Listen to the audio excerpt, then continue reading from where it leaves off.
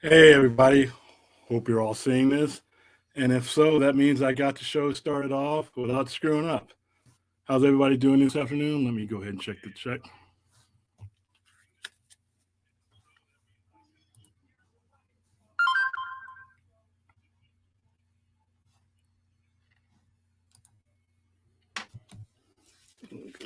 Do it without these.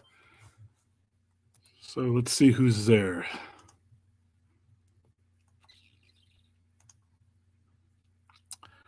Okay, so it is episode 2 of the Sci-Fi Center Live. Thanks for all you guys that are filing your way in. And some of the topics that we're going to be talking about today is largely the Batman, but there are some other topics going in there. And let me go ahead and bring up this screen for you. All right, so we're going to be exploring Keaton's Batman. I got some questions. Where is this Batman coming from? What universe it is? I got a theory, and I don't think it is the new, DCU Batman. I got a theory on that. Star Trek Discovery episode 10. I'm going to do a review of that. Hopefully, Brian will make it back in time for that one. The Batman, my final expectations as far as uh, what we should expect going in. This is the last broadcast that I will have with you guys before we see the movie on Monday. And then I go ahead and see it again on Tuesday for the fan event. So by the time you guys see me again, it will be 6 hours of Batman that I will have endured, hopefully in a good way. So let me go ahead and remove that screen. Oh, also, AJ Styles for you wrestling geeks out there, re-signed with WWE. Got my own opinions about that. Wish he hadn't, but I understand why he did. It is a business. So we're gonna go ahead and remove that. But one of the first things I wanted to go over on topic, or sort of on topic, is I got my Batman toys in. Um, that's the Batman himself. That's Pattinson. That one. Got my Riddler. Hopefully the glare is not too bad on that one.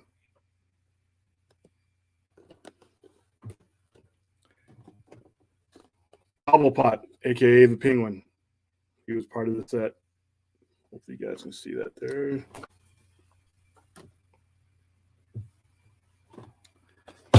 Selena Kyle, Catwoman.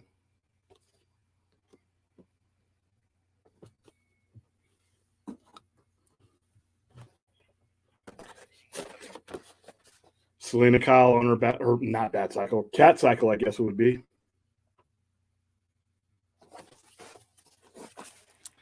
And then finally, Robert Pattinson, aka Batman, on his Batmobile. So there's a lot of places you guys can get those. I'm getting them back in. We bulked up and made sure that we had them in time for the film, so that is we're ready to go, because I think this movie is going to be epic. I think it's going to be one of those movies that go down in a lot of people's top tens, top fives even. For me, a fan of serial killer movies, a fan of mob movies, uh, this looks like it's right down my alley. I think I'm going to enjoy it. So it is just a matter of days away from seeing again. We're probably going to do a live stream with our own YouTube channel.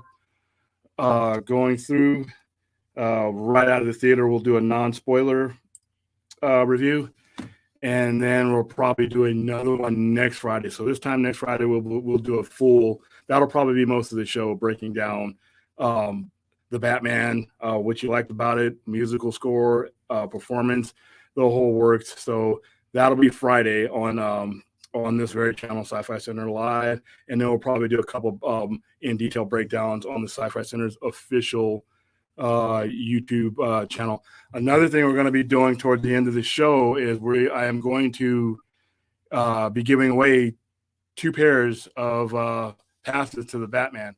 So how this is going to work is right now, if you want to qualify, just in the comment section, type in the Batman.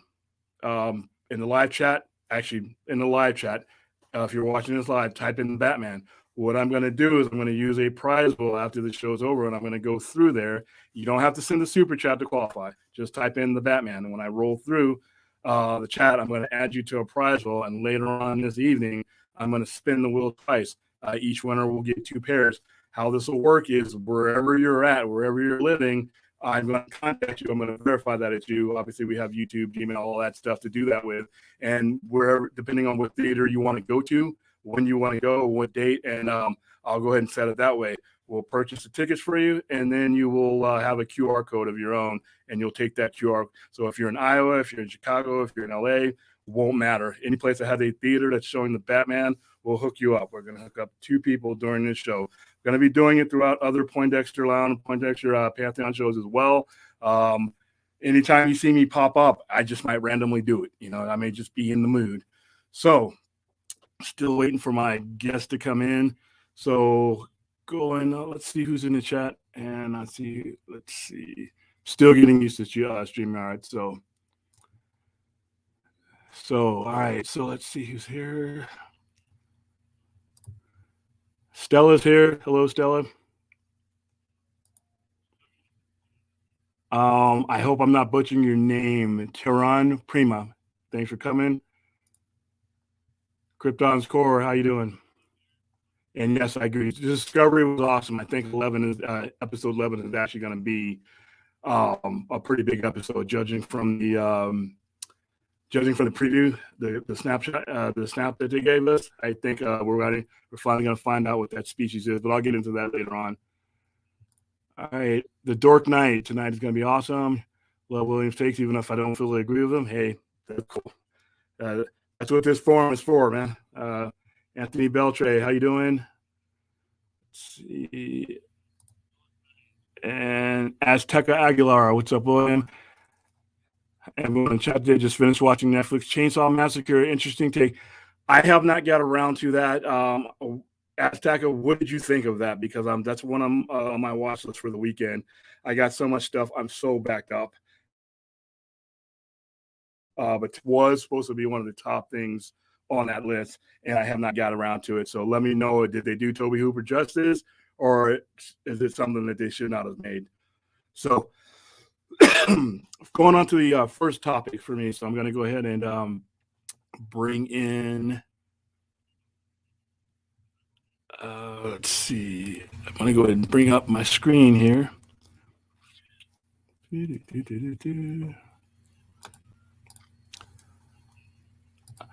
All right, so let's go to this screen.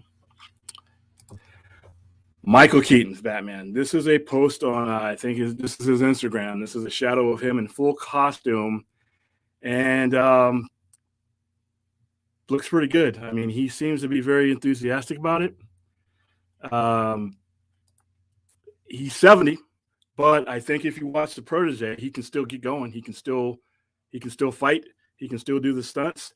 I don't know how much they will have him doing, simply because he is 70. You got to be careful.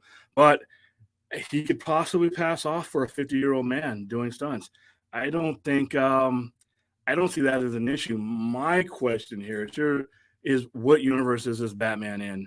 And my theory is this, is that it is the same timeline as Michael Keaton's Batman began in 1989. I think that what they're going to do is they're going to take his timeline and they're going to fill in stories. So whereas there's one picture, I don't have it up right now, where there's a mural on the wall for Batwoman. I think we're seeing Batman in the relevant timeline that he would be with. Maybe he is 70 years old, and that's where Batgirl takes place. I think the Flash will reintroduce us to this timeline. I don't see any evidence that this is going to be the main Batman of the connected universe. I know there's rumors that he may pop up in other movies and in other films, but I don't see any evidence of that being the place. And I know a lot of people read into the Peacekeeper finale and the the scene that they showed there, and he was absent any Batman. So I don't know whether they're retconning Ben Affleck or they whatever. There's too much that I don't know about the Flash in order to make a judgment. But from what I've seen, everything that takes place, whether it be his his scenes on Batgirl's trailer or in the Flash, there's nothing to me that indicates that this would be the main guy. I could be 100% wrong. There's just not a lot of information out there. I wish they would do a lot better job of putting out information. I know that these projects aren't slated to come out till later in the year, but at the same time, we're not just selling one movie here. We're selling an entire atmosphere. We're selling an entire, possibly multiple franchises, an entire universe, and some indication of where we might be going, even in March, heading into March, might be a little bit helpful in getting us excited, helpful, all the question asking, is he too old? Can he still do it? Are they, erasing a timeline or not? I don't see any evidence here that they're erasing a timeline.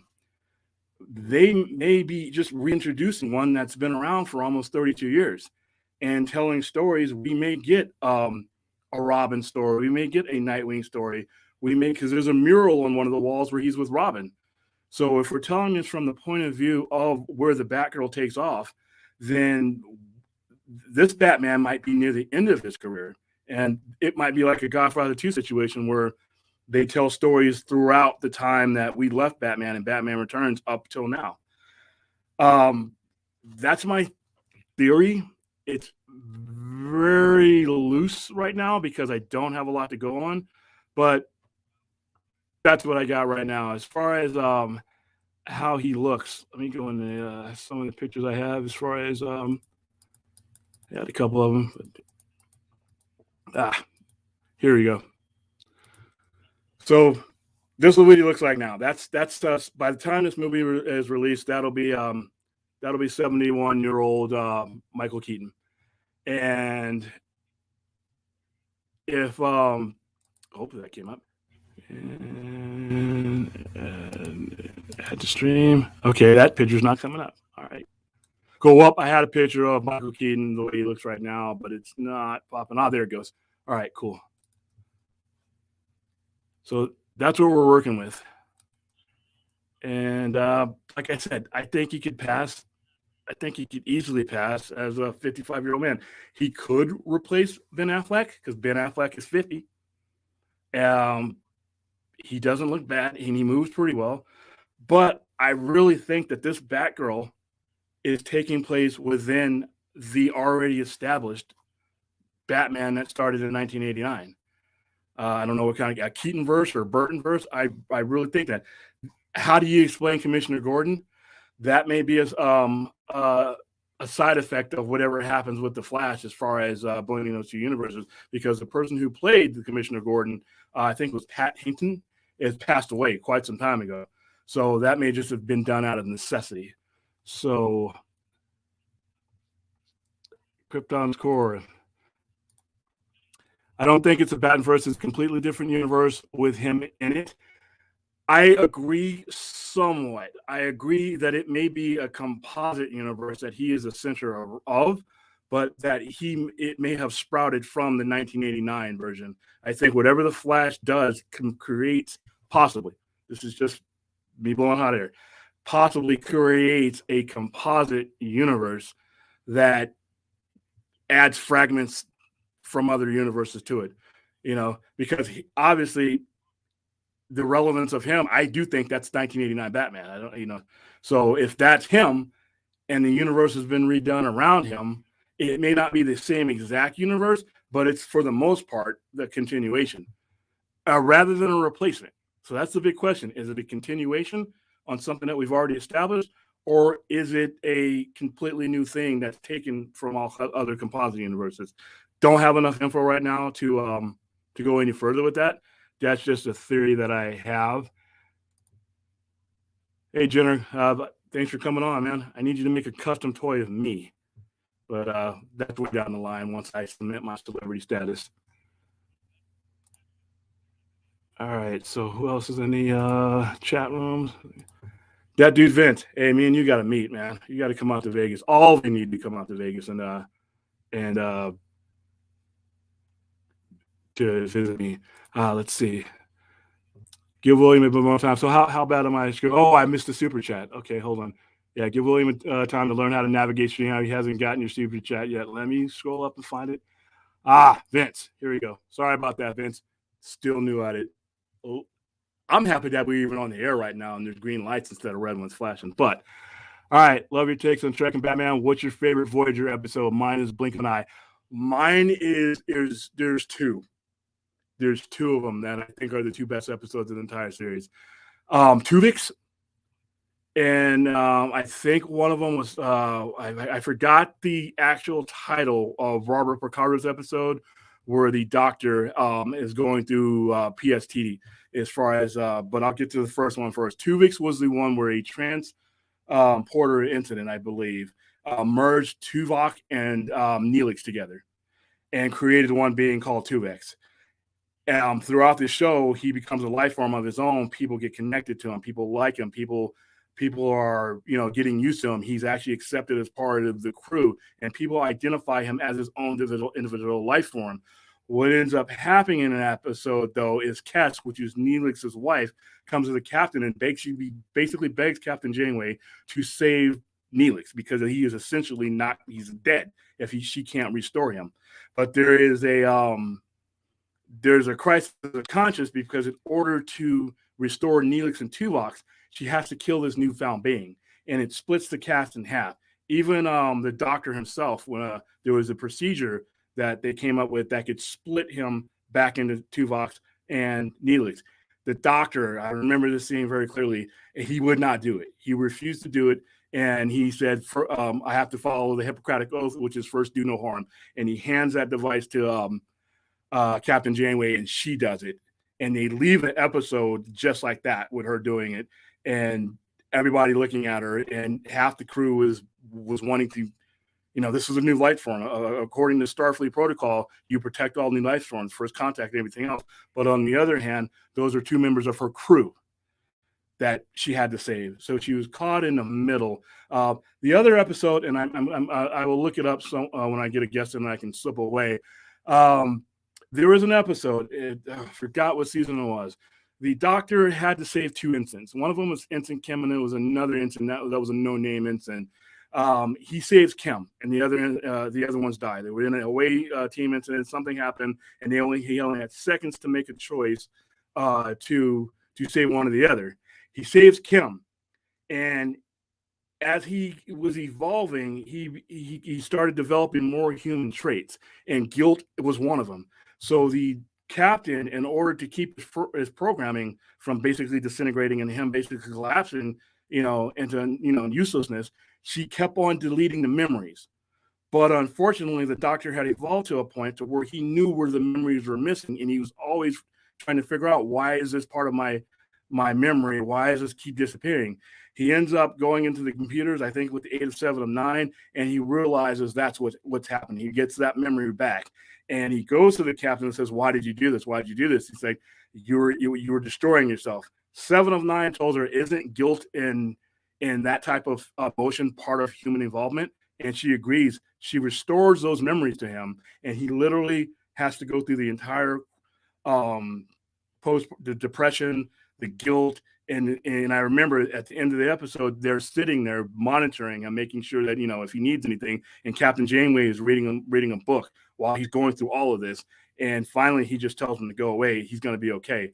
The Doctor was one of my favorite characters of the entire 7-year run for that reason. He starts out as the emergency hologram, but then he evolves to the point where he's not only considered part of the crew, he's considered human in some ways. And those are my two favorite episodes of Star Trek Discovery. I think the Star Trek Discovery from episodes 1 to 7 is the best overall Star Trek series. It's the only series, in my opinion, that did not have a weak beginning. I can't say that about DS9. I can't say that about Next Generation. I cannot say that about Enterprise because Enterprise was corrupted before it had a chance to become. But from episode 1 to the 7th season episode, that show was good in every episode. And there's so many other instances I can. My favorite Vulcan is in there, and it's not Spock, it's Tuvok. Tuvok to me was the perfect Vulcan, and he level, he every time there's something going wrong, Tuvok came in, voice of calm, and he set the table and restored things to what they needed to be. So those are my favorite 2 episodes of Voyager. Might be some of my favorite 2 episodes of Star Trek, period. So let's see where we're going on here. So while we're on Star Trek, sorry about that. Hey, by the way, guys, if you hear chirping and stuff like that, door chimes, the Sci-Fi Center Live literally means the Sci-Fi Center Live. I am literally sitting in the middle of the Sci-Fi Center. We have people coming in and out sometimes. And it is a Friday, and I'm in Vegas, so you know what that means. So if you hear some disruption, oops. But so while I got this picture on the screen, what do you guys think about? What are your theories about Michael Keaton? His part going into the future? Do you think he's an extension of the 1989 version? Do you think it's a composite universe, or do you think they're going to retcon completely certain parts and replace them? So retcon, continuation, or restoration? I guess those are the 3 questions. Let's see. Please state the nature of medical emergency. Yeah. He even says that he's even in Star Trek First Contact. There's an EMH there in First Contact, so he met that. And yes, I met Voyager. So. All right, William, off topic, but I know you're a wrestling fan, so who do you have as your Mount Rushmore of all time? All right, so obviously we're starting with Ric Flair. Let me go ahead and get Michael Keaton off there. Obviously, any Mount Rushmore anywhere, in my opinion, it starts with Ric Flair. There is no Mount Rushmore without him. I know a lot of people were in a certain demographic did not get the opportunity to see Ric Flair in his prime. Ric Flair wrestled the bulk of his matches and did the bulk of his work, his really the heart of his career in the 80s and early 90s. Yes, he wrestled beyond that point. He wrestled in his 50s and 60s, but the prime Ric Flair, the Ric Flair that established wrestling in the territories, wrestling non-WWF, WWE wrestling, and most of the people that have molded their careers have looked up to Ric Flair. That Ric Flair, mid to late 80s, mid 90s, Ric Flair. So Ric Flair has to be up there. Second is Hulk Hogan. Listen, I have a lot of issues with Hulk Hogan. I grew up with him. He's a big, living, breathing cartoon. He ushered in rock and roll wrestling. As much as Ric Flair is relevant, Hulk Hogan is the other side of that coin. A lot of people's doorway into wrestling is Ric Flair. Not Ric Flair, I'm sorry, is Hulk Hogan, because it was everywhere. He was in cartoons, he was toys, WrestleMania. He established the first 4 WrestleManias, I believe, first 5 WrestleManias. He was the main event. I mean, he held the title for nearly 4 years. He ushered in when wrestling wasn't as big on TV. When he beat the Iron Sheik in, I think it was 1984 in Madison Square Garden, that I don't even think that was on live TV. But that was one of the pivotal turns, because that's when Hulk Hogan got the belt, and Hulk Hogan was literally hand in hand with the WWE or WWF championship at that time, until he lost it in Saturday Night's Main Event, and which was one of the, at that time in February 1989, was one of the largest watched primetime wrestling shows that ever happened. So Hulk Hogan is up there. Hulk Hogan is there. So man, we get 4. I'm gonna go international with Okada. Right now, I know a lot of you guys probably don't watch New Japan Wrestling, but I'm gonna go with modern take. Okada held that title for over 2 years.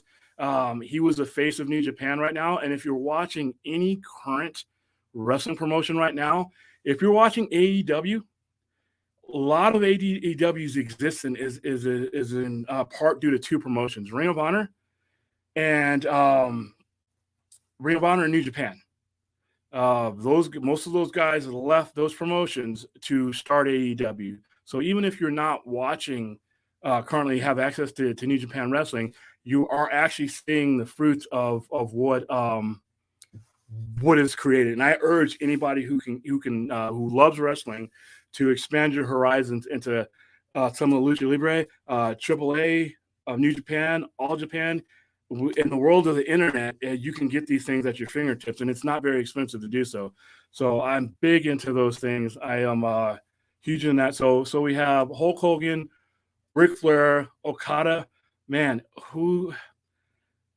these Mount Rushmores are so hard because no matter who you name, you're missing out on people. A lot of the modern guys, I'm not.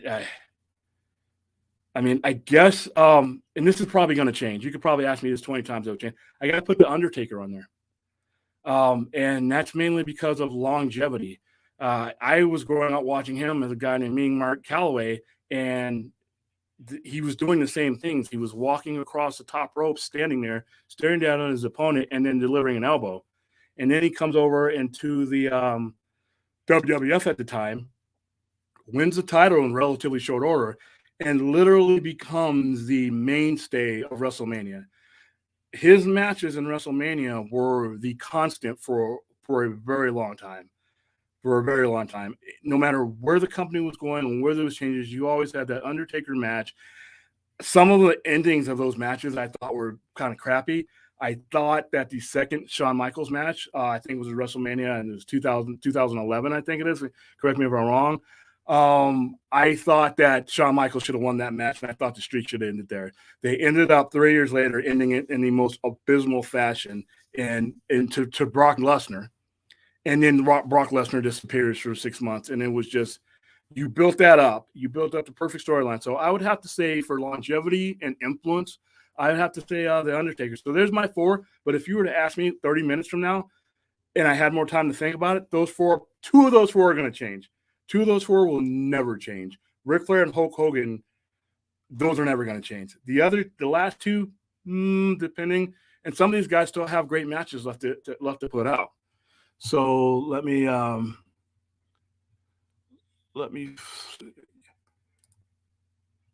Yeah, so Kata and Omega had some of the best matches. The one for Wrestle Kingdom is epic. I mean, these guys put it all out.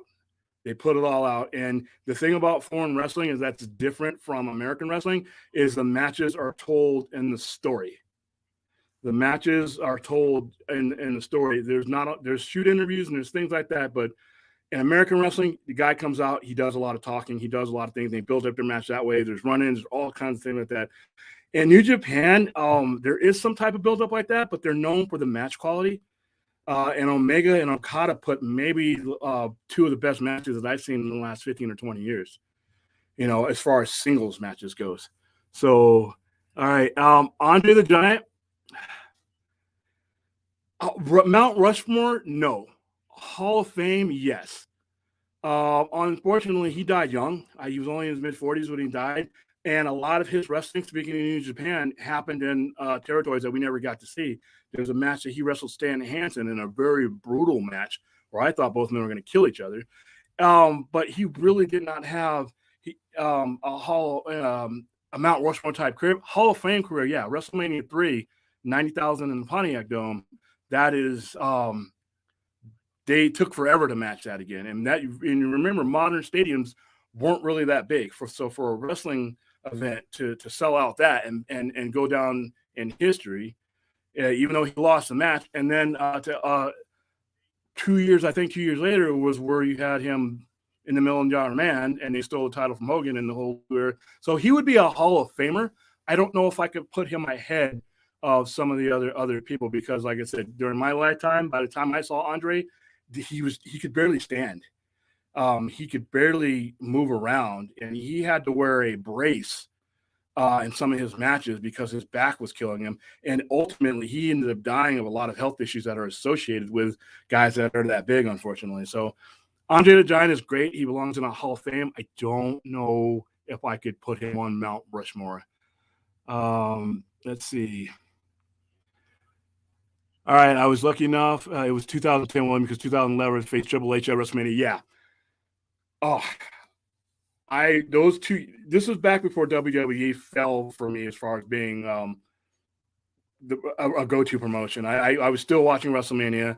I was still paying full dollar. As I recall, there was no WrestleMania or there was no network that you could just watch it all. You had to pay the big bucks to watch WrestleMania. You had to lay down that money, and that show really needed to be really, really, really good. But that was one of the last ones where they built up the story a year. He had lost the previous year. Shawn Michaels had lost the previous year. And immediately, I think two months afterwards, he comes out and basically starts petitioning for a match through Triple H to get that rematch. He has to have that rematch. It becomes like a vision quest for him. He ends up screwing up the Elimination Chamber and costing Undertaker his title. And he does everything to get either Triple H to make that match or the Undertaker to accept it. Finally, the Undertaker accepts it. And this is a year long that just went through. They don't tell stories like this anymore. Finally, the Undertaker said yes, but but it's not just a win for me. You have to retire if you lose this one, and he agrees to it. That was the best buildup of any storyline that they had done, and they haven't done it since. And they hadn't done it before, and so when he beats him in that one, I was deflated. To have that in that way, and then just to have Brock Lesnar beat him in a squash match at WrestleMania, I thought that was horrid. But yeah, that was probably the last couple of WrestleManias for me that really just said, you know what, I'm not going to invest in it like that anymore. And then we got the network in $9.95, or if you have Peacock now, $4.95. I'm not as upset when WrestleMania is not as good these days because I'm not paying 50, 60, whatever we used to pay. But it's still 3-4 hours. Now it's a 2-day event, which I don't understand. There's not two days worth of WrestleMania. They did that, I think, to copy Wrestle Kingdom, which is a 2-day event. But with Wrestle Kingdom, you don't have as many pay-per-views as you do in American wrestling. You have some really big shows, but Wrestle Kingdom is the WrestleMania and a lot of televised stuff. So Wrestle Kingdom is where everything gets settled.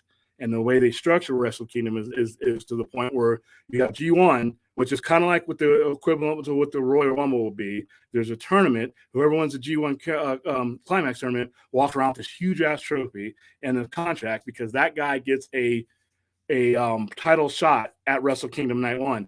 Now, whoever wins that match, that guy has to defend on Wrestle Kingdom Night 2.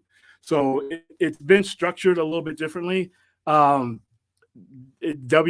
is doing it, but they're doing the brand split. So I guess you get 2 matches, but it's really hard to care about it the way they've done it. So let me go into this one. Oh, geez. Everyone's favorite mod, Jose. You see that? You can't ban me, Jose. This is one place you can't ban me on. And I want my stuff back. All right, let's go through and see if I haven't missed any super chats. You guys are buying my coffee and you're buying my fat burger, I guess. So I probably need a little bit more. All right. I'm sorry, I'm a wrestling geek. I'll try to slow down on the wrestling stuff, but there's some questions here I have to ask because there's some people here that are answering because these guys are like-minded. I was there at WrestleMania 29 and saw Punk versus Taker, and that was where the streak should have been broken because that was during the time where Punk was the hottest thing going. Yeah, they really did Punk dirty. If they weren't going to break it with the Shawn Michaels match, it should have been broken there. He was hot, and not only did they do him dirty in that match, they did him dirty, in my opinion, when The Rock came back just to set up a title match for Rock versus Cena. Punk had held that title for 435 days. He defended it a bunch. He defended it on pay-per-views. He defended it on Raw. He defended it everywhere. Even when he came back to the company and they had appointed basically another champion with John Cena, he beat him. He defended it against him. And he had set a standard for that title. And then when it came to the Taker match, This is what, if you guys remember this, Paul Bearer had just passed away.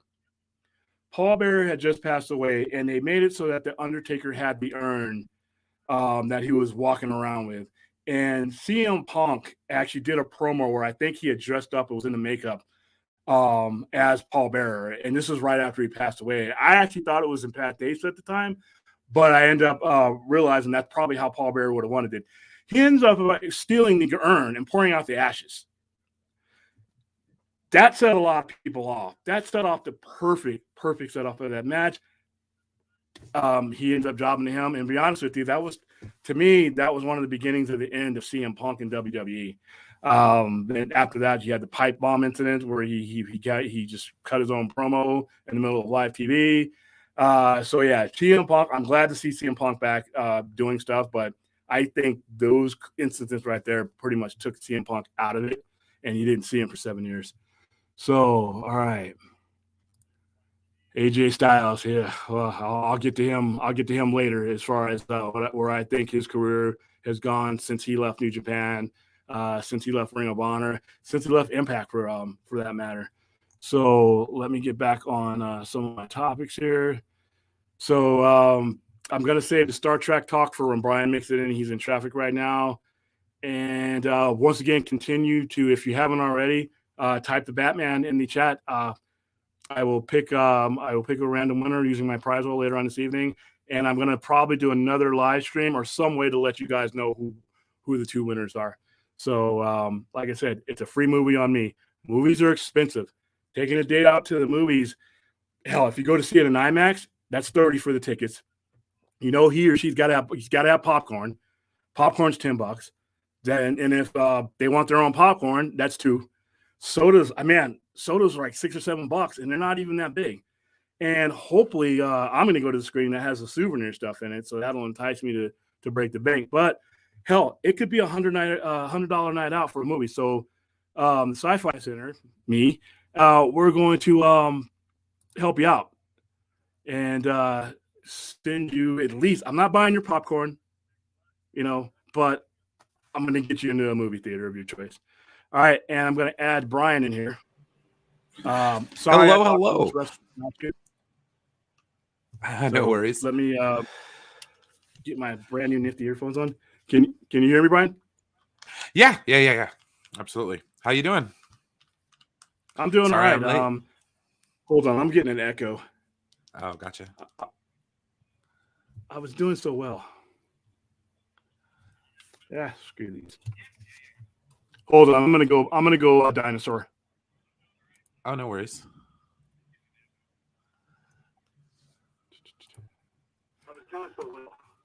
All right, that's better. So, hold on, I'm gonna go dinosaur. All right, how's that, Brian? Can you hear me? Yeah, absolutely.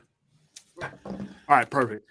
All right, so I talked some wrestling already. I mean, I even got a Mount Rushmore question, which is those are really, really hard. Who is your Mount Rushmore for professional wrestling? It definitely has one of the four horsemen. No, I mean, honestly, as much as I find him a historically controversial figure, Hulk Hogan is up there. I mean, if it wasn't for Hulk Hogan, Ric Flair and Hulk Hogan, they're going to be right up front. And as far as the back two, yeah. So we'll have the standard bearers, and I'd probably Rock and Austin, maybe. I couldn't do it. I tried to justify in my head putting them on there. At least one of them. Hall of Fame. One of them has to be up there. I mean, you could probably. I would have to go with The Rock. It's got to be Rock. Because he transcended wrestling. Where Steve Austin was just a great wrestler, and his acting career, not so much. Well, here's the sad thing when it comes to Steve Austin. The really sad thing when it comes to Steve Austin is the majority of the people who even know who he is have never seen him wrestle well. Because by the time he became Stone Cold Steve Austin, his back was messed up. His neck was starting to get messed up. His neck was broken. He had issues. It was like. Yeah. So they never got to see Stunning Steve and the Hollywood Blondes and all that. A lot of people, when they say Stone Cold Steve Austin, they hear that glass cracking or crashing, and here he is. So that's unfortunate. I mean, and I implore you guys, if you have the network, if you have access to it, go back and look at some of Steve Austin's match when he was U.S. champion, when he was wrestling all over the world. That's the Steve Austin. When Paul Heyman was his manager. Oh, what was that? Dangerous Alliance. Dangerous Alliance. Yeah, the Dangerous Alliance. Yeah, all of that. That was, and it's going to be weird because he's chiseled, he's cut. There's no beer belly. He wasn't even drinking beer there. Beer was not part of Steve Austin's diet until he knew he didn't keep up that cardiovascular like that anymore. But Steve Austin, I will put Steve Austin. I had two categories: there's a Mount Rushmore, and then for me is a Hall of Fame. Hall of Fame means you did really good stuff, and you are relevant to wrestling. And like Steve Austin, like a Bret Hart, like See, Bret Hart might end up till 20 minutes from now on my Mount Rushmore. But those first two are never changing. Oh yeah, absolutely, and that's the thing. You got to look for wrestlers that transcend the sport. Who changed the game? Bruno, maybe. Superstar Billy Graham. Like I want to pick an older wrestler. I would Superstar Billy Graham because he influenced a lot of people. Or Dusty Rhodes. Nature Buddy Rogers. Yeah, Nature Boy Buddy Rogers. Dusty Rhodes. I mean, he never really transcended wrestling so much. Dusty Rhodes, anyways. But his influence on the business is still felt to this day. So the way he raised the sons literally created a wrestling promotion. That's his thing. Like, didn't he work with Eddie Graham with FCW or not? Florida Championship Wrestling back in like the 70s. Oh, dude, he was when you got on a bus or a car and you drove from one place to another. Mm-hmm. That's what it was. I mean, like I said, younger wrestling fans, please dive into the ocean that is professional wrestling.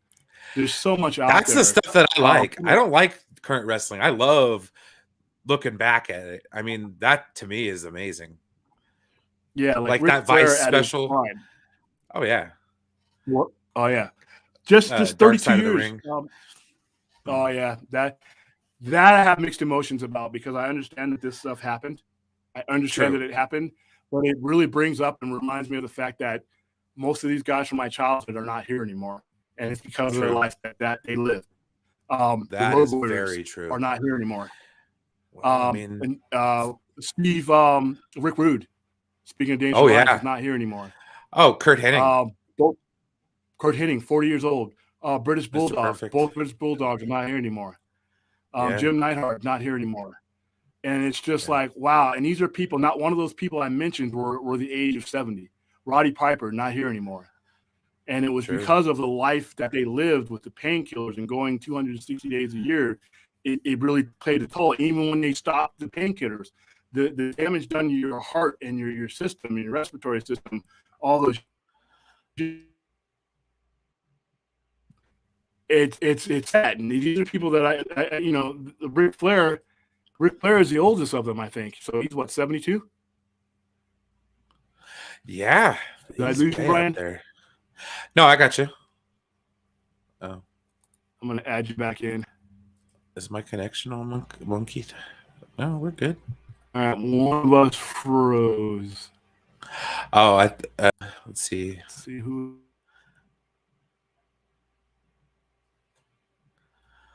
It's probably me. Can you guys still see me? Okay. Yeah, Williams froze up. That sucks. But yeah, no, when it comes to let's see. Hold on. Let's see. Oh well. While he is away. That dude Vince, two of my favorite people on Poindexter Lounge. Dude, thank you, man. I really appreciate it.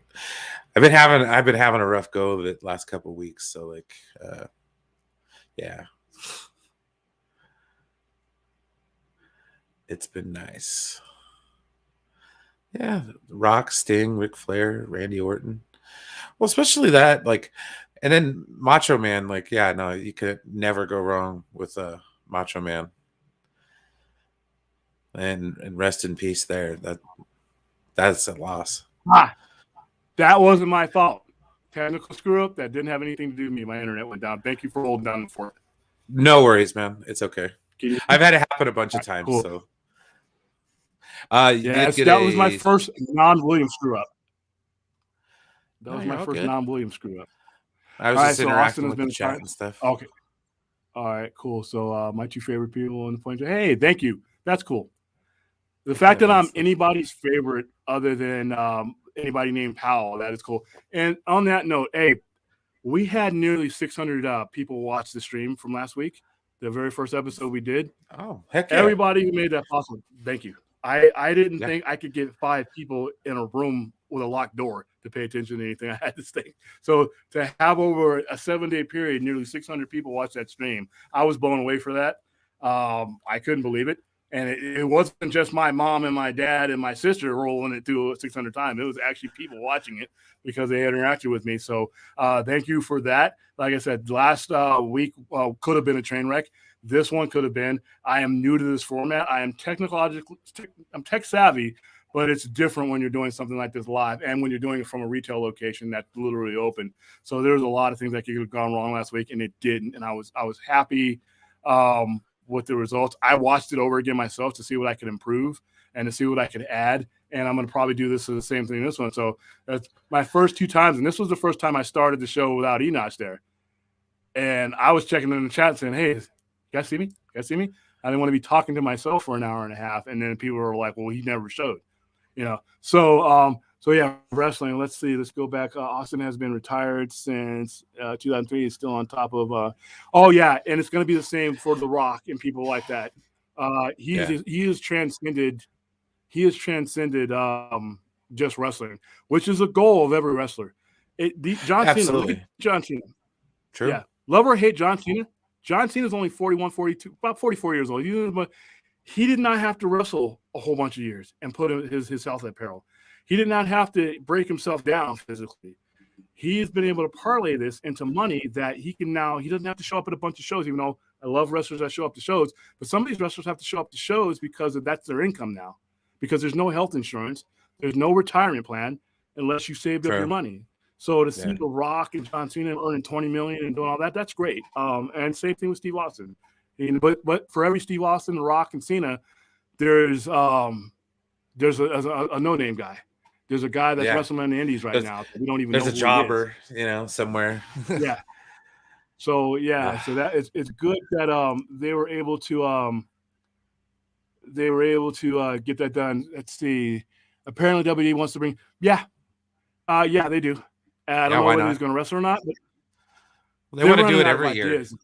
Oh, yeah. No, nothing says dragging the bottom of the barrel. And this is no slight on Austin, but it just shows how creatively bankrupt you are when it's like you have to bring back 20-year-old stars when you don't have stars currently.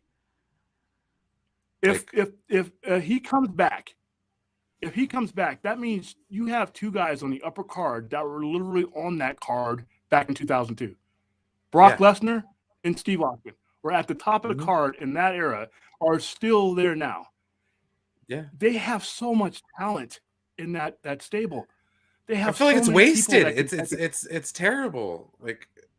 It drives me nuts. And we're going to get to AJ Styles because I ran my head into a wall. I knew what was going to happen. I knew he was going to resign. And I understand. He made the right decision. I just wish there was room for him to make another one. I'm going to go back since you came in a little bit later. I have my theories on the Michael Keaton Batman. I'm looking, the more I'm looking at it, my theory is that this is somehow a continuation of the original Batman, and that these stories that are going to be told are along that same line with some alterations because of something that happens within the Flash movie. I don't know, I could be 100% wrong, if this Batman is replacing anything. I think this Batman is telling his story within his life. That's why you see the picture on the wall, the mural on the wall with him and Robin. I think by the time he's going to get reintroduced in the Flash, but by the time he meets up with Batgirl, that Batgirl is within his time, his natural progression.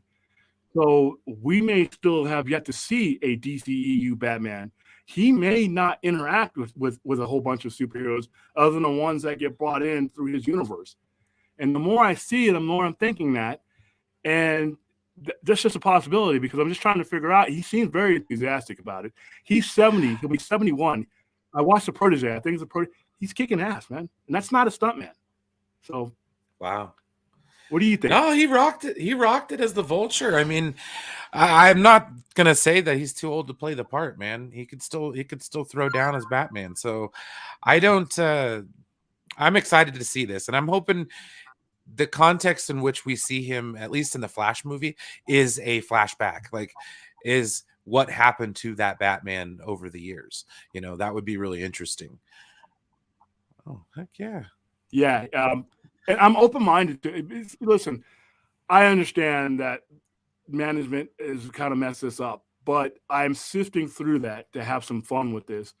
I don't hate Michael Keaton's Batman. That was the first man I've ever saw in a big screen Batman. So I think that the adversity comes because of the whole Affleck situation, but at the same time, I still see the door being open for some story to be told. I don't think this is replacing that story.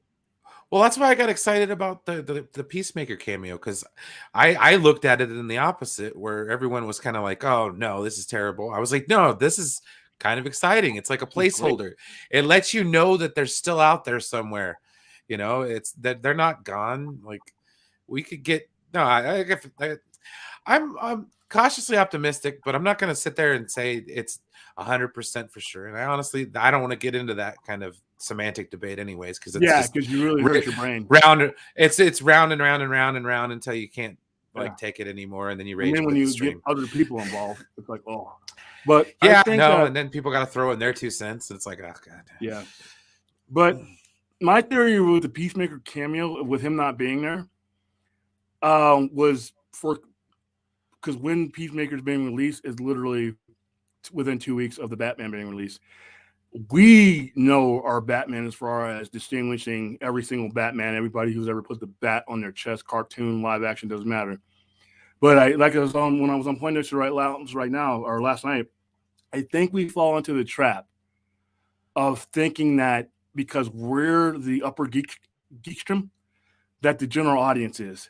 The general audience. Oh no, really I have to taper my expectations on that one all the time. Like, that's the one thing that I try to keep myself like rooted with that. Like, if I were to go out and have a conversation right now with my brother who doesn't care, you know, like, I consider people I work with the general audience, because like you'll try to talk about it at work, but you know, 1 or 2 people will get it, but most of them don't. So if a lot of people were watching Peacemaker, geez, thinking missiles, Peacemaker, and then here's Batman, and then here's Pattinson Batman, there's some confusion there that could be had. Maybe they didn't want to deal with that as far as like, because they could have easily added him in there. They you know, but now you have to answer those questions. Us geeks are going to be like, what are you talking about? That's so-and-so. But the average ticket buyers, that's not them. Yeah, so they wouldn't know. Yeah, the Ray Fisher thing was, you have to answer a bunch of questions right now that regardless to how you feel about Ray Fisher, if you're trying to sell something, you just can't have that distraction right now. That would have become the conversation instead of the cameo and instead of the Batman. So those 2 people missing, there's legit reasons for them to be missing. That doesn't mean it's over for these guys. So to me, I love the cameo, and I'm starting to open my mind up to this Keaton thing. As far as what it could mean, I think it's going to be its own universe. I'm really thinking, I can 100% be wrong, but based on the information I'm looking at right now, I think the Keatonverse is a thing unto itself. You know, now I know there's rumors of him. Okay, I could dig that. It's kind of like Titans. Titans is live action and it's dark and gritty like most other things, but it kind of stands apart from the rest of the continuity. So I mean, I can understand that. I'd be all right with that. I mean, I'm learning to make my peace with it. But like I said, though, in certain cases, theatrically speaking, you really, really can't do that with the general audience, though. That's the one thing that's like gonna make me kind of scared going forward. And congratulations, Vince, dude. I will get plane tickets and I will fly down there. Hey, listen, dude, be careful. Come see the center. Vince, be careful what you ask for, man. The individuals you listed there, we're gonna end up as one of Enosh's drops if we don't mess around. So this might happen. This might happen. No cameras. We're gonna wand you in and out because we can't. No, we don't want to become memes down here in Vegas. But thanks for the $5 super chat. Let's see. Talking Batman. I'm so excited for next Thursday, March 3rd. I'm watching Batman Star Trek Discovery episode 11. And McCarthy. Wow, this is going to be it's right there. Yeah, it's going to be a good time to be us, especially you and me, because we're in it. So, well, that's actually a good kind of a thing. What did you think of episode 10, man? Like, let me bring my pictures up here because I have a couple that I took one. I thought episode 10. I'm a little bit mixed on it. I don't say it was a placeholder, but it was a placeholder. But it felt kind of fillery, but the exposition was helpful. Is the best I could say about it. And what's his face? What's his face trying Tarka. To get something from that book? Oh yeah, right. Yeah. Saru. I liked Tarka's backstory. That to me was really amazing, and to find out why he was doing his motivation, that was really, really cool. Because I've been wanting to slap the hell out of him since he came on. Right? I was like, what is this guy's angle? Is he like mirror universe dude or something? Like, what you've been trying to get to on his universe, and then he keeps screwing up, and Book's once he screwed up that one big time, and the DMA came back. I'm like, okay, Book, at what point are you going to just shoot this guy out of the airlock? But we got a little bit more story from him, and I was happy with it. The one problem this show continues to have sometimes, and they did a better job this episode. Stop focusing so much on Burnham. You have a great cast of people. It's my one gripe now. That's where I'm at. Like every single character in there needs their own episode. Like this is the terrible thing. But I guess here's what I can understand. Okay, they only do 12 episode seasons. So like with the next generation, when you've got like 24, 25 episodes in a season, you can have an episode called Data's Day where it basically just follows the monotony of not monotony, but like the nuance of what Data does in a day. Data's cat spot. I learned a lot about Data's cat spot without ruining the show. So she's always got to give a speech, dude, and she's always got. I mean, her speech, and I'm like, oh no, here it comes. And I love the woman who plays her. She's great. It's not her fault, but oh no, Sonequa Martin Green's amazing. Yeah, let Saru give a speech. Let Bryce give a speech. I mean, or something. Let somebody else. Let the president. You had the president of the federation on there. Let her give a speech. There's just too many moments for other people in the cast, and they all center around her. And I hope that they fix that in the future. Now, this next episode looks like they are on the planet where the DMA is, and it looks like there's some real stuff going down. And I was gonna play the preview, but I didn't know all the rules. I don't want to get like yanked. But, It looks intense, and it looks like it might end up being the best episode of the series. So I love where it's going, and I every time I bring up Discovery, I get that it's not Trek, and I'm like, okay, listen, guys, if the people who make Trek say it's Trek, it's Trek. All right. Yes. That's it. It's like it's theirs, and people like and I think I'm not allowing myself to be triggered anymore because there was a time if you brought up the Orville in my Star Trek conversation, I would legit knock this table over. I do more still kind of get Star Trek. I get more irritated by that one still. I disengage when I hear the word Orville. I'm like, I'm sorry guys, I know you love it, but I've learned to do it here, and because they come into this communicating Orville stuff, I'm like, it's over there in the corner. But I have a Star Trek section. Because only Star Trek is Star Trek. There's other stuff that is imitating Star Trek, inspired by Star Trek, and that's great. Fan series and stuff like that. But the people who Star Trek is Star Trek. So I get that, and then somebody tagged me in a Galaxy Quest thing the other day just to piss me off. All right, so I love where Trek is going. I mean, I cannot wait to do when these shows start coming on. We really need to do a live stream, a live watch party, a live post production. Absolutely, because there's got to be some 1%ers out there that are on there. But Discovery is great. I mean, I haven't found the weak character that I don't like, and usually I can find one in a Star Trek show if you give me time. I like the Vulcan, like I said, the Vulcan president. I mean, I'm like, dude, Saru's getting his booty call, and I'm like, yes, he is. And then the doctor's helping him, pushing him along. He's like, I didn't think she was going to be on the ship. I'm like, well, where's your game at, man? You didn't expect to succeed. And Kovic. And that's what I. Oh yeah, no, that's what I love. I was going to say, what you're about to, yeah. Well, with Dr. Kovic and and Stamets, like their parental relationship that they kind of developed with Adira. You're talking about not Kovic. Kovic is David Cronenberg's character. You're talking about sorry. Dr. Wilson Cruz's character. Wilson Cruz's character. That's sad. We can't remember. We watch the show every time, but God dang it, Dr. Culver. Okay, so Stamets and Culver. I love the fact that like people are coming to Dr. Culver as a counselor now. So he's kind of he's filling that void twice, which I think is amazing. I love the fact that they gave him, or they're giving those guys time to shine. Like out of anybody on the show besides Michael, it's those two that are getting the rub, which is great. However, I'd like to see a little bit more Saru. Like a Saru-centric episode would be pretty. Probably going to see a lot more Saru. He's going to make out with that Vulcan dude. True. I want to see. I want to see more about Detmer. Like what drives the person who drives the ship. Like give me and the other more, one, Orakuru. She had a little bit of action in the last episode. Yeah, she got in a fight. I thought that was pretty cool.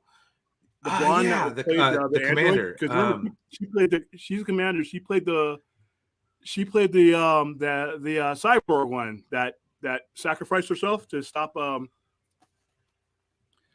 the program.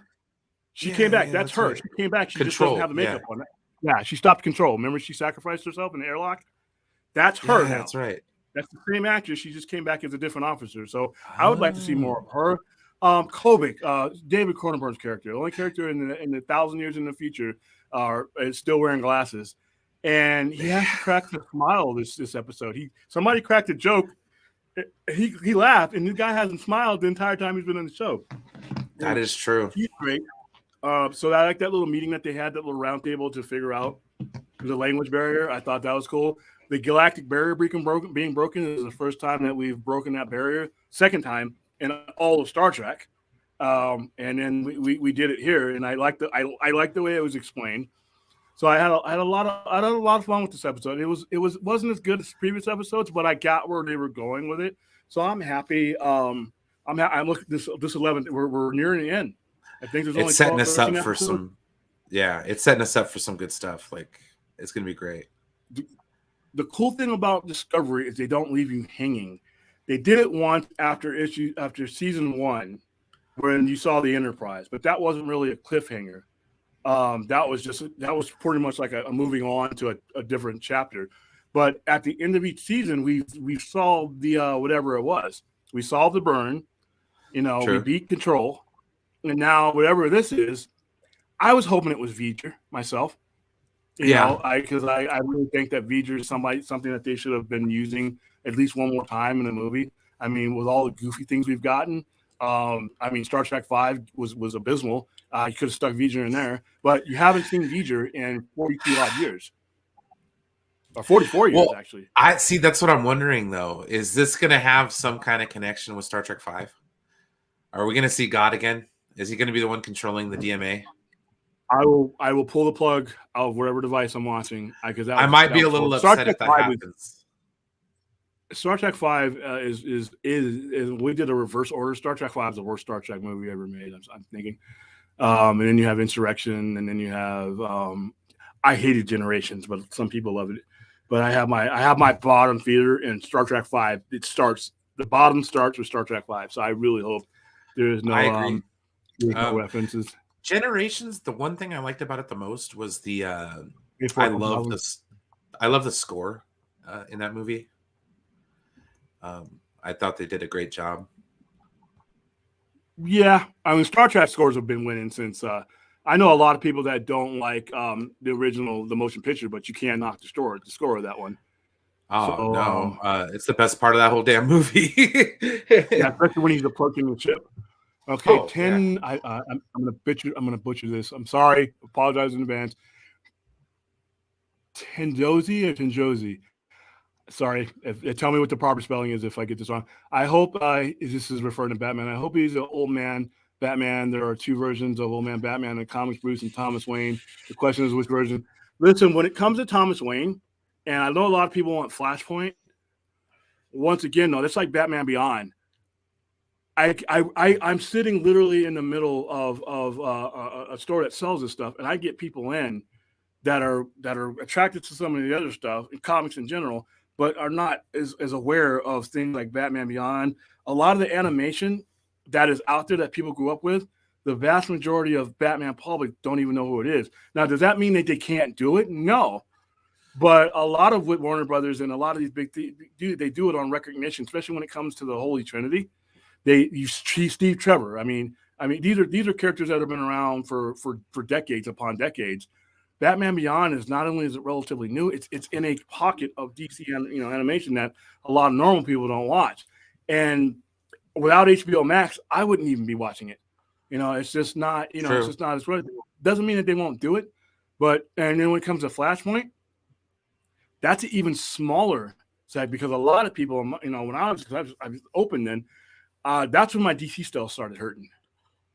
When they started doing the reboots and they started resetting and doing all that stuff and adding all these things, the Thomas Wayne thing is something that, if they do it, they're going to have to explain things.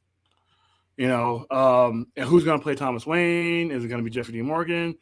I see them keeping this relatively as simple as possible once they explain it. So who knows? Tendozi, they may do it. I just don't see it simply because you're talking about lesser known characters and lesser known storylines that you have to invest and spend time and capital in building up. With Batman, Robin, Batgirl, Joker, you don't ever have to have turned on your TV or opened up a comic,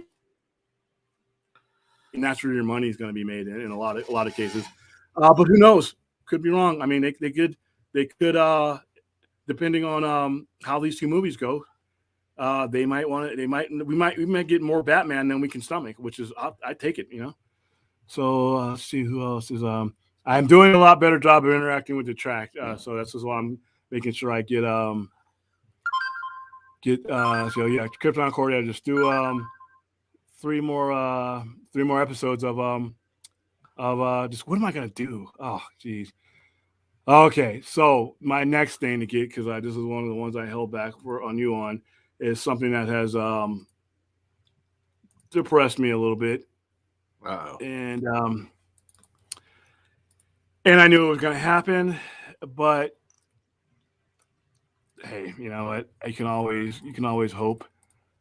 AJ Styles re-upping for 3 more years with WWE.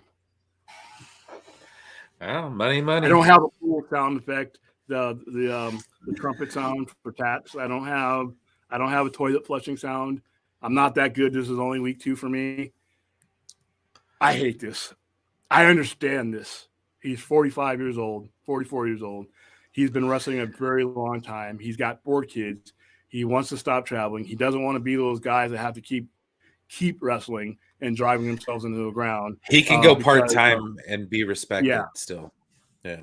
So after these 3 years, he could pretty much be even retire before he's 50 and just have a lot of time to spend raising his family and time for them. I understand all those aspects. On the same token, I hate it.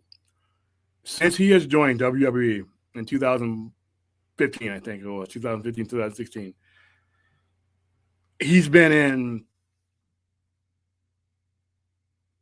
one good match that I thought was epic tier match, and it wasn't even as good as it came in. That was the the match with Nakamura and himself at WrestleMania. It wasn't as good as their other matches in New Japan. There has been nothing that he's done. And this is not his fault. Yeah, he doesn't book his matches. He doesn't. He does what he's paid to do. He does what he's told. You had the Undertaker match was a big giant Scooby-Doo cartoon for me, and it's literally a meme generator. Is all it turned out to be. Well, I mean, honestly, Undertaker matches in the last 10 years. I mean, yeah. Now I've watched this guy since back in TNA days, back when he wrestled Christopher Angel, back when he wrestled Samoa Joe, back when he wrestled some of the some of the best people. I mean, he wrestled Okada. He wrestled. I mean, the list of people that this guy's built his career on has gone on. I have not seen that in WWE since he's been there. Not only that, but I haven't seen the focus put on him like it really should have been for the type of talent that he has and the type of global reach that he's had. I just never saw it. And then, he's tag team champion. You just find somewhere on the card for him, but then they're willing to pay him a lot of money to stay around for 3 years. It's like, well see, that's why that's why WWE sucks. Okay. So it's like you take these guys who are fantastic in TNA, like the highlights of that entire, oh God damn it, promotion. Okay. So like they were they're the top, like him, Samoa Joe, stuff like that. Okay. So what do they do to Samoa Joe? They put him in NXT. Yeah. At 37 years old. What? And at 37 years old, they put him in the NXT. And you got to realize that when you're that old and your body's starting to break down after wrestling all over the world, that you're going to waste a year in NXT. And then they finally brought him in, and he was in that program with Brock Lesnar. Remember when he got and then they buried him? It's like it was like when they brought over all those people from WCW. What did they do? Yeah, they started TNA because they got fired. Yeah, I mean Chris Benoit unfortunately was the one that stuck. I mean Eddie Guerrero did. I mean too, but but guys like Canyon and freaking DDP. Yeah, the people who hit it biggest died.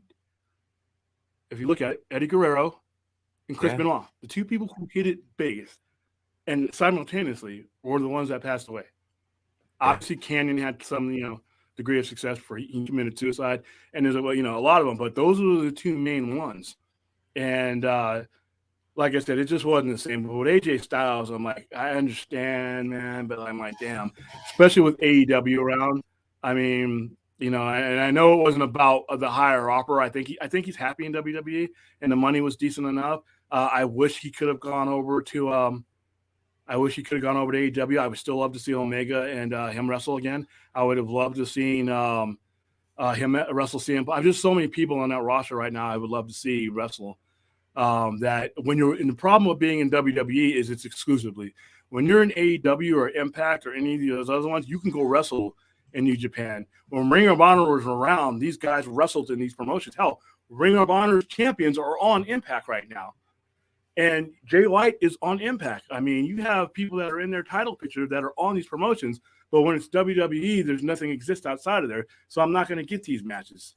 So that's another thing I feel bad because I still think he can put down great matches. I just don't think they're going to book those matches in WWE. So sucks. No, I think they're highly incapable of that. Like, no confidence. Yeah, I get it, man. I think there's just a certain way that they do it, And I was just let's mess around in the chat again and see who's all right. Jimmy, let's see. All right, let me see. I'm gonna do this slow so I don't butcher your name. Jimmy Batalitsky. Sorry if I messed it up. I think I got it. But as for AJ Styles goes to WWE and no interest in him, or AEW had no interest in him, which is why wow, I don't know that to be a fact. I'm not disputing that. Tony Khan seems to be a little bit more savvy than that. Just not for him individually, but the matches. Because Omega will be back soon from his shoulder injuries and surgeries and all that. And you have Bullet Club references that all across the board. You're literally telling a story rebuilding, the Elite and the Bullet Club in two different promotions, and you have one of the guys whose 2 years with the Bullet Club helped put it on the map. I mean, when he came in and he, that 1 year anniversary of a Bullet Club, and he comes in there and he steals the title from Okada, and then he comes here with the title and with Ring of Honor. They sold out. New Japan sold out that Hammerstein. It wasn't Ring of Honor. It was what New Japan was doing, and AJ Styles was a part of that. And the very foundation of AEW is Ring of Honor and New Japan stars. So True. I don't have any info to dispute what you're saying, Jimmy. But I'm with all that I just laid out. I'm like, if he did not have any interest in them, wow, it's all laid out for you right there. And for 3 years, I mean, I hope that's not the case, but maybe it could be. I wonder if there's backstage heat. It said I just read it on Bleacher Report, and there's also a few other wrestling story sites. AEW had no interest in Styles, so I'm wondering if he had heat with creative or something, or with somebody else who was a higher up, I mean, Cody's leaving, so it couldn't have been him. No. Wow, I just think it would have been epic to have him in there. I can't see anybody having any heat with. Oh, there you go. TJ is fine, William. So hey, Zentek is Zenlet. Hey, buddy, what's up? Like I said, let me know in the chat if I'm destroying your names. I'll try to do better next week. Just want to make sure I'm not missing anybody here. What else would we discuss before you came in? Discovery.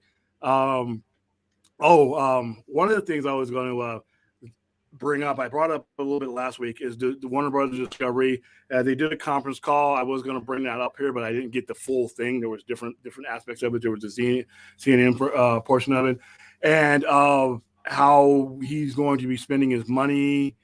They're going to be spending money. They're not in an arms race with the other streaming services.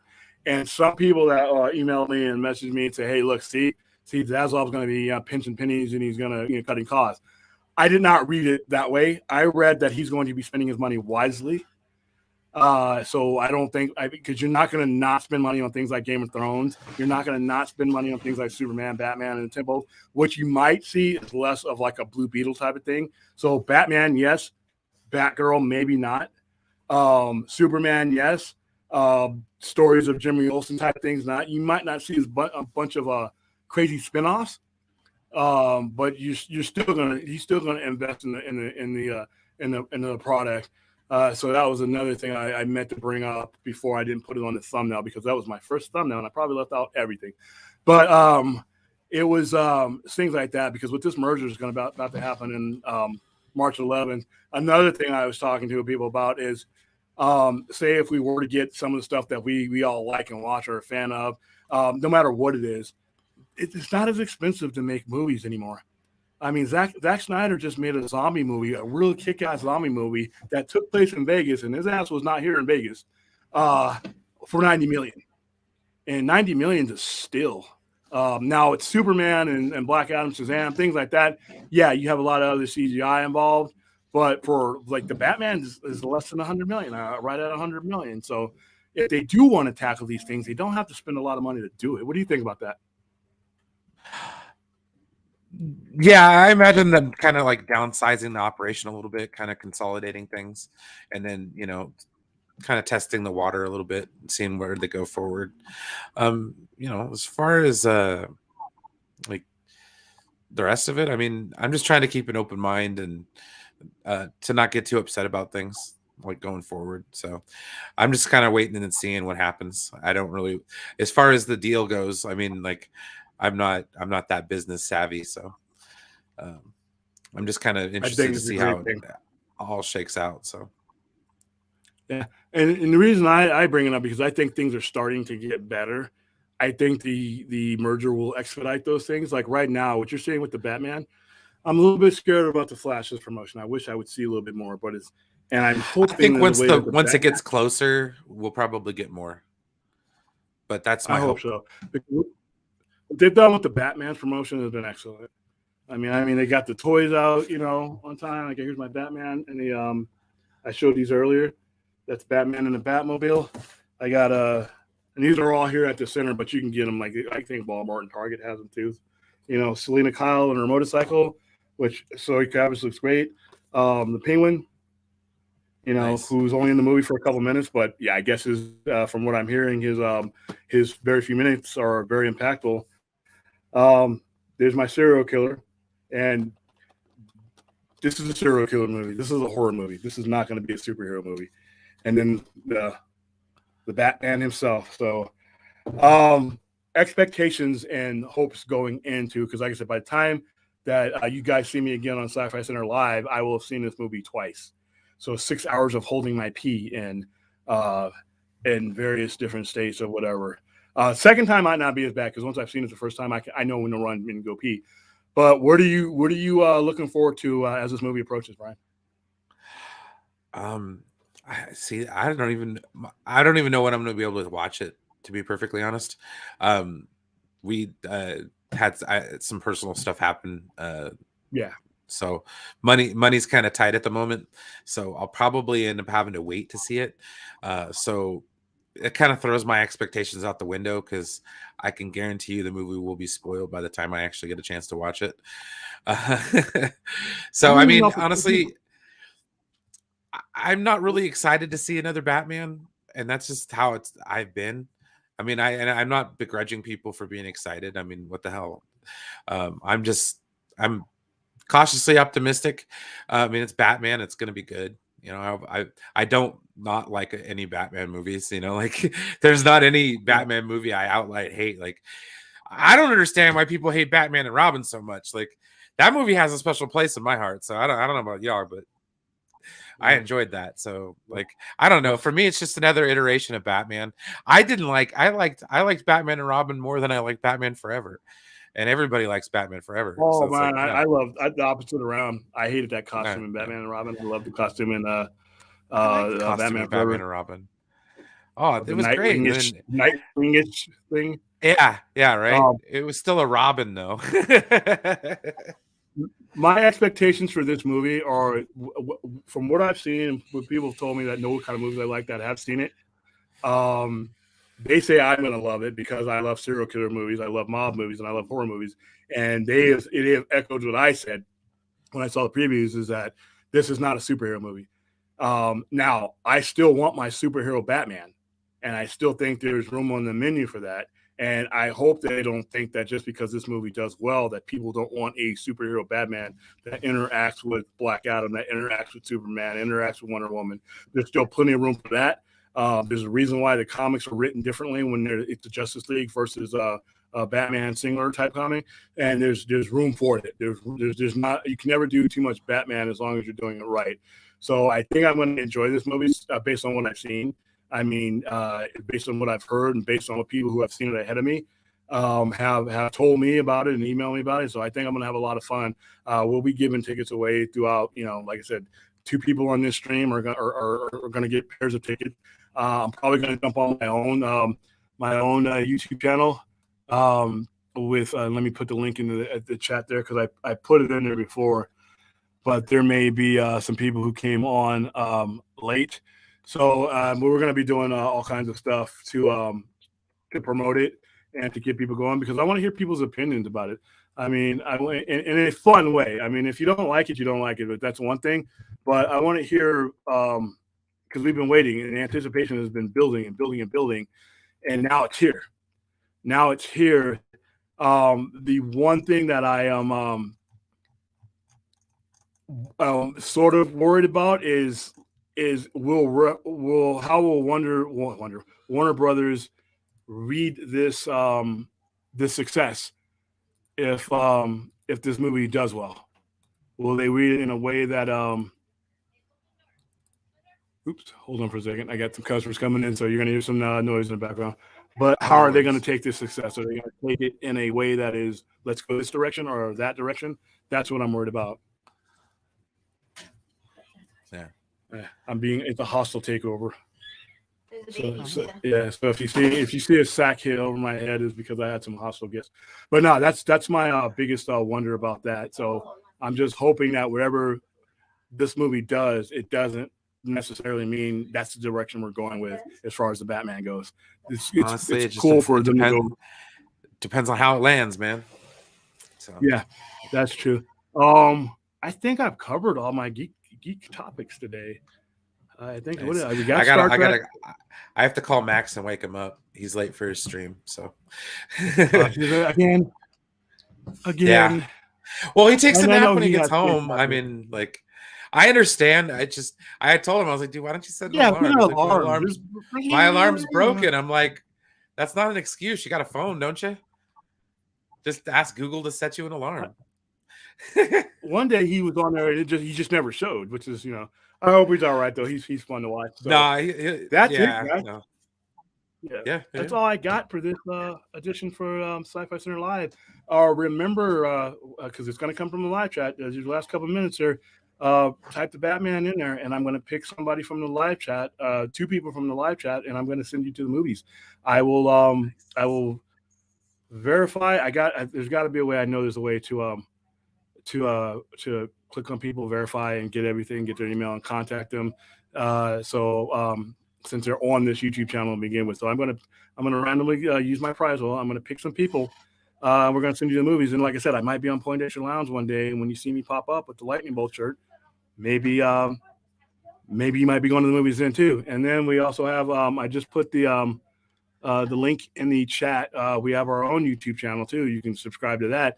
And at some point, I'm just gonna pop up there and do a YouTube live. And guess what? If you're there, you might be going to see Batman. So that's it for this week in our Geeking Spirit. Thanks for coming on. We had some other people scheduled, but it's 5:00 on a Friday. I understand the guys who were not able to make it. I understand. So I had to wing it by myself for a while. But I can run my mouth. So thanks for everybody who showed up. Thanks for everybody who dropped a super chat, and to 2 of you in advance, congratulations, because you're going to be going to see the Batman, and we'll probably announce who they are. I mean, I'll pick them. And then I'll announce who they are, either on Enosh's stream or my own stream. But so that's it, guys. Thanks for coming by. And that's it until next week, 5 p.m. Pacific time, 8 p.m. Eastern time next week. Thank you. Bye.